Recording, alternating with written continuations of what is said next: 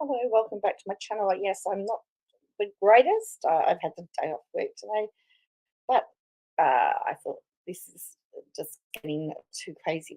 This case. I know that people have said that I'm siding with. I mean, I'm not a big fan of politicians suing Joe Public, and this seems to be a little bit of a circus. Monday, Linda Reynolds' husband testified. Some bizarre stuff. Tuesday, Scomo, former Prime Minister Scott Morrison, testified. Again, some more bizarre things. And today, Linda Reynolds' parents have testified. And it looks like people are trying to throw each other under the bus. And I would say that that's a normal thing for the Liberal Party to do, from my opinion. So let's first of all have a look at Scomo, because he was the one that everyone was talking about, his appearance, because he did get told off a couple of times by the judge. Doesn't surprise me. Um, so he criticised Labor for weaponising Brittany Higgins, saying that he was concerned he endangered his former Defence Minister's life. He testified he stood by his previous criticism of Senator Reynolds for calling Ms Higgins a lying cow. The comment unacceptable. Now, apparently, in testimony heard today that I'm reading now, this case isn't live. There are people in the court at the moment that are doing live tweeting, and we've only got the media reports. So we've only really got what we're being told, and it is likely to be, the reports could be deemed biased. So, I've only got what's reported here to form the opinion. So, because I'm not there. So he gave evidence via video link in a defamation trial. Now she's suing over several social media posts, which she said greatly injured character, reputation, caused distress and embarrassment. So he told the Supreme Court of Western Australia he first found out about the allegations, the ARIC allegations, on the 15th of February 2021, the same day the allegations were made public through a newspaper article and in an interview that Miss Higgins did with the Project's Channel 10. Now, there's lots of questions to be asked. Why wasn't the Prime Minister informed before this? So he was charged, Bruce Lumen was charged, but his criminal trial was abandoned. And then in the recent civil trial, it was found that on the balance of probabilities that he did in fact do it. Mr. was asked in court if he'd noticed the impact on Senator Reynolds, and replied the quite aggressive and coordinated questioning by Labor senators took a significant toll on her. When Senator Reynolds collapsed in the Senate and had to leave the chamber, Mr. Morrison went to see her. He told the court he found her in a very distressed state. It was very distressing to see such a good friend. It is the weaponising of this issue for political purposes to discredit both Senator Reynolds and Minister Reynolds at the time and the government. He denounced it, and claims the government was involved in a cover-up, which is completely, utterly false. And remember, there was a period where we were very fearful for Senator Reynolds that this could be fateful for her. So here were some of the live moments here. So he said he was asked about a private meeting he had with Ms Higgins on the 30th of April. I was happy for her to raise whatever she wanted to raise at that meeting. He said Ms Higgins was concerned about the manner in which the parliamentary staff could arbitrarily be dismissed and how complaints were argued. He said he didn't recall her complaining about Senator Reynolds' conduct during that meeting, and then that's how he finished. Now, he also said that she wasn't left unsupported, Ms Higgins. Said Ms Higgins felt unsupported after coming forward with the allegations because the process for staff making complaints in Parliament House was inadequate. Ultimately, these processes failed and she felt the way she felt. He rejected Ms Young's suggestion that another failing was the lack of follow-up support from Ms Higgins. He said the Australian Federal Police kept in touch with her, confronted with the transcript of a media interview in which he said follow-up services faded away and that Ms Higgins was left very much on her own. Mr. Morrison said they were just his opinions of the situation, which he had no first-hand knowledge. And then he talks about how he removed the portfolio of defence because of her health. It wasn't because of the lying cow comment. I was not complaining at all. It happens all the time. I wouldn't agree that the media is a good guide as to what the public think. The reason Senator Reynolds was unable to continue in the defence portfolio is the severe injury she suffered as a result of the attacks applied to her over a prolonged period of time that damaged her mental and physical health. That is the sole reason. Under cross-examination, he was asked whether he was disappointed that he'd not been told about the allegations. Yes, initially I was. But as events transpired, Senator Reynolds chose not to do that out of respect for the confidence I'd entered into with Ms. Higgins. So that was a dilemma. Mr. Morrison criticised Senator Reynolds in a statement in Parliament at that time, saying it was unacceptable that she'd told him or his office about the alleged R in the office. He stood by criticism in March 2021 and said it was a disgraceful slur for Senator Reynolds to have called Ms. Higgins a lying cow. Senator Reynolds made the comment while watching Ms. Higgins' interview with Channel 10's Project in her office and objecting to what he says were lies. In court today, Mr. Morrison said he rebuked his minister because the comments were unacceptable. I found the statement by the Senator Reynolds character an extremely out of character. Even still, that standard is not one that you can walk past.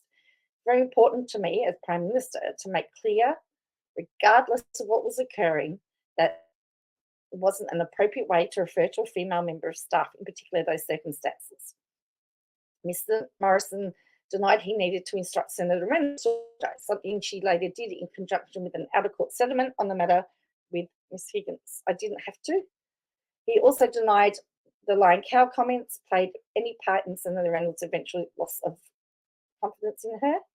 So this is her, Miss Young, Rachel Young SC. This is Higgins' lawyer. So that was the evidence given by Scomo. And there were times, in fact, this is a watered down one because I've seen the evidence where he was chastised. We're going to look at her parents were giving evidence. He was chastised for not answering the questions. And as I was watching, it says show more. Oh, yes. So that's a failure of process. Yeah. Now, here's the other interesting things. At times, Morrison has challenged the relevance of Miss Young's line of questioning about the inquiry conducted by Phil Gatrons, who knew what the Miss Higgins are allegations. Mr. Morrison said the inquiry did not relate to the conduct of Senator Reynolds. That led Justice Paul Tuttle to intervene. Sorry, Mr. Morrison, you don't have a choice. Unless there's an objection to the question, and there hasn't been, I'd be grateful if you could answer. Mr. Morrison went to say it was not the responsibility of Parliament or the Department of Prime Minister and Cabinet to investigate Ms. Higgins' allegations. I wanted to make sure the processes were in place to support people if they found themselves in that terrible position.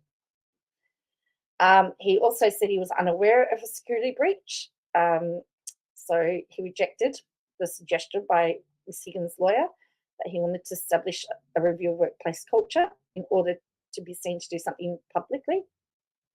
It's important we needed to make sure the processes and supports were available to everyone. Now, again, this was the first bit of so when he was questioned by her lawyer, which is Martin Bennett, he apparently only had a small window that he would be. He confirmed she had 3 weeks leave. And he said, so there was a whole thing about Senator Reynolds' health that came into play. Her husband gave evidence,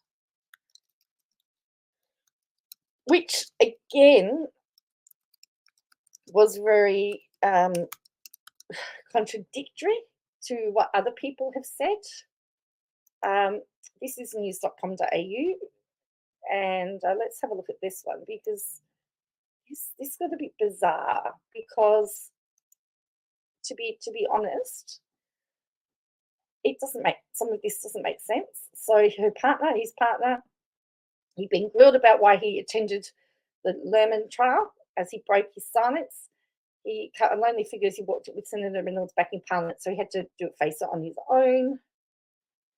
So that's the husband, and it says, Senator Reynolds' partner denied attending Miss Lerman's criminal trial to watch and report back to her while she was in Rwanda. Now, it turns out that she was in Canberra, but everyone thought she was overseas. Mr. Reid faced tough questioning by defence lawyer Miss Young about whether he told the senator he was sitting through the criminal trial. She was working in Rwanda at the time of the trial and not due to give evidence until she returned from her trip. Mr. Reid maintained during his evidence he did not discuss with the senator that he attended the trial while she was away until it became clear that she may be required to give evidence earlier than anticipated. Miss Young put to Mr. Reid that he would have communicated with the senator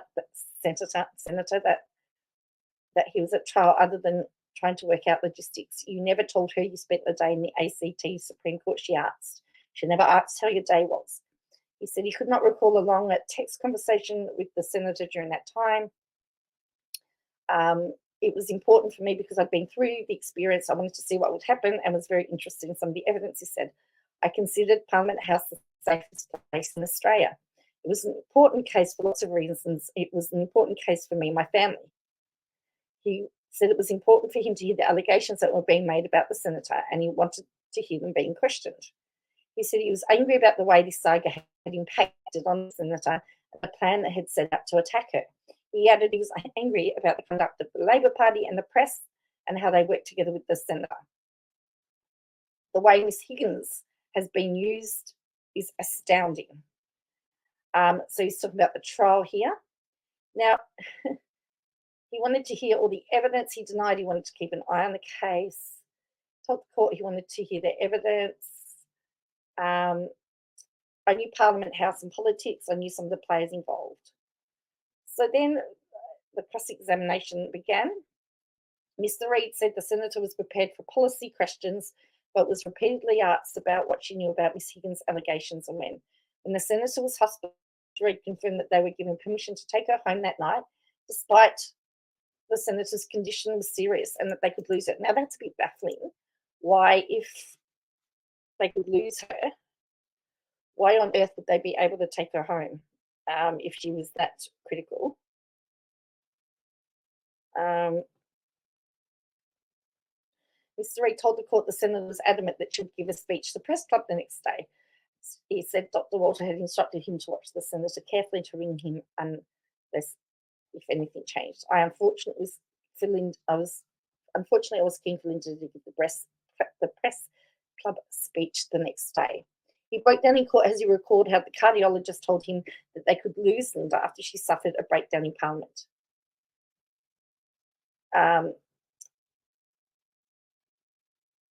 He said she looked white and dishevelled when he saw her later. He broke down, calling how the cardiologist told him that it was very serious. Said that she was due to give the speech. He said when they got home from hospital, the senator had a sleepless night. She got up. She was sitting in the lounge room with colleagues Jane Hume and Anne Rushton. When he got up, she was there. They told him they'd cancelled the speech at the press club and he realised it was best for everybody. And then he talked about how much the damage had done to his life, changed relationships with people closest to him, and his relationship with Senator Reynolds. He told the court how Senator Reynolds now had to travel with blood pressure monitors and medication. He said they could be out at dinner and she would not be keeping an eye on her watch to monitor the heartbeat. He talks about the criminal trial. And how angry they were that they settled with her. Then he told the court that defence was the senator's love and she lost that one. Then he talked about the project interview. He told the court she first told him that two people had gone back to her office and something had happened. It was as general as that. He did not know until the project on TV. He found it too impossible to believe that two people had gone back to a minister's office. He previously worked as a chief of staff. Couldn't believe it. After you watched the interview, he had trouble believing accusations that were made about the cover-up and that Miss Higgins was told she could lose her job. I couldn't believe anybody would have said or done that. That cover-up was the most dangerous thing of all. Senior ministers don't cover up. Miss Higgins had asked Linda not to tell anybody about it, and Linda kept her promise. I said it was painful to watch. And then the federal election, he said he spoke to Miss Higgins for about 15 minutes at a birthday dinner for the senator, which was a joyous occasion. Talked about her going to Government House, positive nature.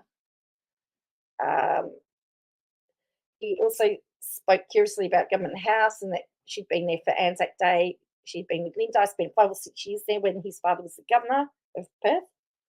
Mr. Reid told the court that everyone at dinner knew if the Liberal government were re-elected, Senator Reynolds would be the Defence Minister.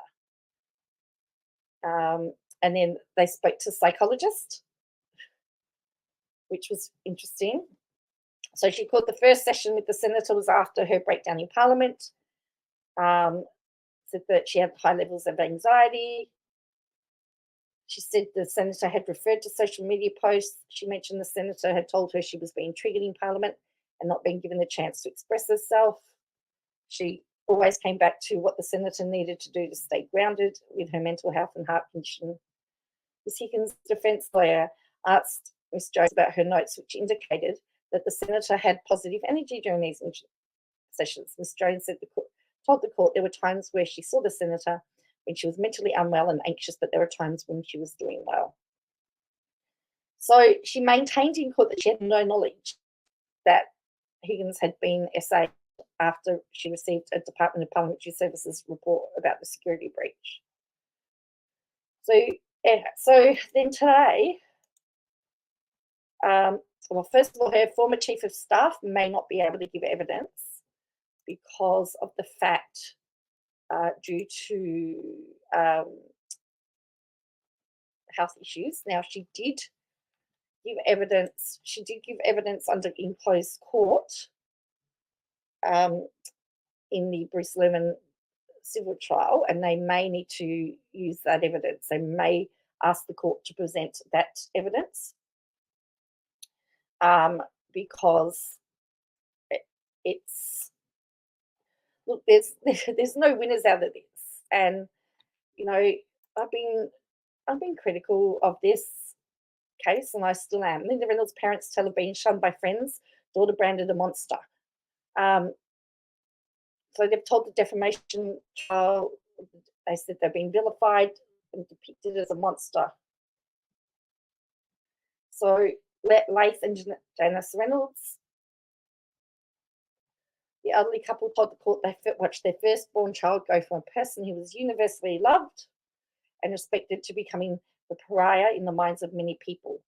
She was accused of all kinds of things. So they're essentially saying it's a media conspiracy with the Labor Party, and they've put Higgins in there. Is open that Miss Higgins and her now husband David Truss concocted the plan to make the allegations public in a way that would damage Senator Reynolds and coalition government publicly. Former Prime Minister Scott Morrison concurred during his evidence yesterday, saying Labor had weaponised the allegations to damage the then Defence Minister and himself. Senator Reynolds' parents have told of their incredulity at the claims made against her. I couldn't believe the story that Brittany was saying about Linda at that stage. It was totally contrary to what I knew. And then, they said they spoke to her, that she was quite upbeat, and they lost some friends.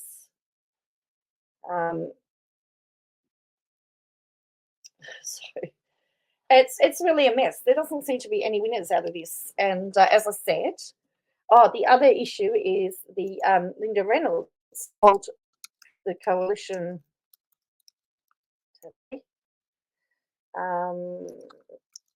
that win or lose, she's going to lose. What was it? She's likely to lose her house or something about her house.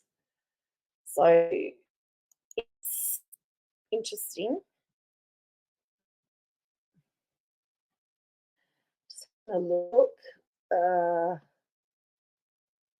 Yeah, Lisa Wilkins' mother. I mean,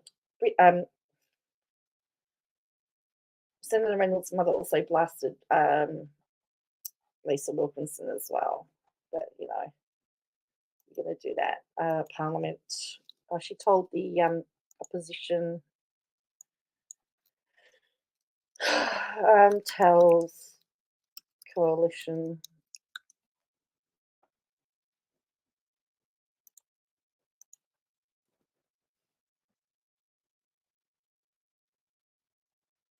Oh, yes, she believes she's explained reportedly. So this is just reportedly.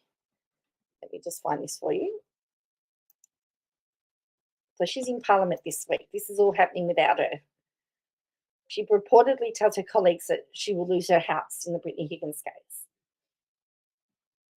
She made a claim in the party room earlier on Tuesday saying she'll continue to fight for herself and her family, did not want to hurt the coalition's election prospects, but felt the Labor Party are dogs and had destroyed her career and she needed to defend her reputation. She claims so.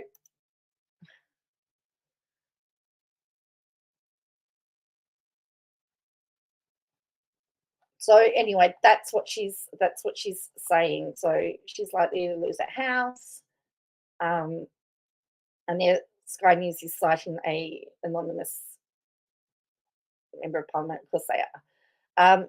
But she hasn't said which house she's going to lose. If you look at the register of interest, politicians registry of interest, Linda Reynolds, you'll find that she's got a few houses there. So we go and have a look at her. This is updated register of senators' interests here. All right. And we can go, I'm just going to go to Reynolds. Here we go. Senator, here we go. So this is Senator, this is public record, this is parliamentary business. So here's all her shareholdings. She's got a residency in Como and a residence in Bali. So she's got a house in Bali. Payments received from settlements of various litigation foreshadowed. She has actually had, so these are all the additions that she's made. So she's deleted, so she's family and business. So you can find out all of this. So she's got real estate, she's got a house in Como. So she hasn't said which house she's losing.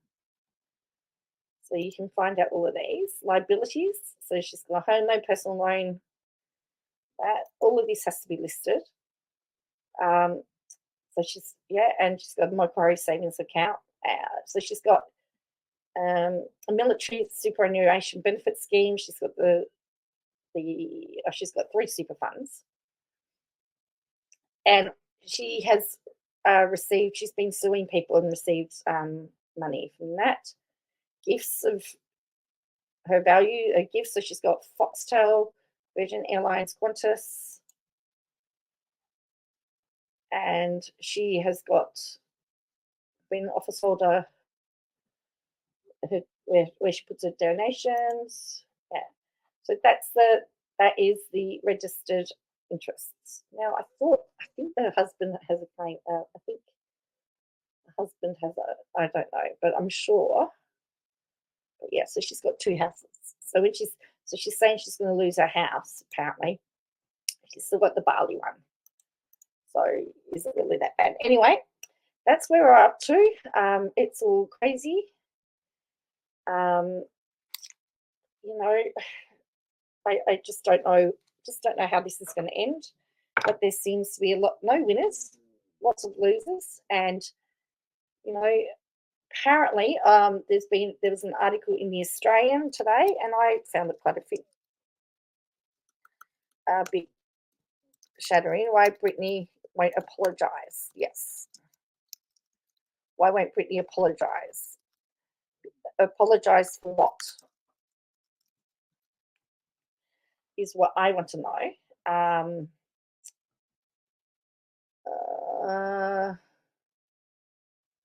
Because she can say she felt unsupported. She's allowed to say she's unsupported if that's how she feels. Oh yeah, here we go. It's an opinion piece. Whitney Higgins won't apologise. I haven't seen it, but I bet you it's from that Janet Albrecht, and a lot of the LNP people are really jumping onto that. I can't imagine what it would feel like. You don't want people talking about you. I'm not in her shoes, Brittany Higgins' shoes. I don't know why she wanted it, how things were handled. I think if everyone had a chance, they'd redo it, handle it differently. But I think it's really Brittany Higgins is due to give evidence at the end of August, so at the end of the month. So it's going to be long drawn out. I can't get to it. It says Brittany Higgins won't apologise to two women whose lives were shattered by her false claim that they walked past her R. But she's allowed to feel like that. She's allowed to feel like that, because if that's how she felt, who am I to say? Just like Reynolds. But Reynolds saying that she's a victim of this. I don't know. I don't know how she can sit there and say, "Oh, I'm a victim of this." I mean, of course she got pressure. Stuff happened in her office. Of course there's going to be pressure to her. What does she expect? If it happened in any other workplace, there'd be lots of things happening, but it just seemed to get, in my opinion, brushed under the carpet because it was in Parliament, and Parliament should be the safest place in Australia. And I'm going to link all the articles down below.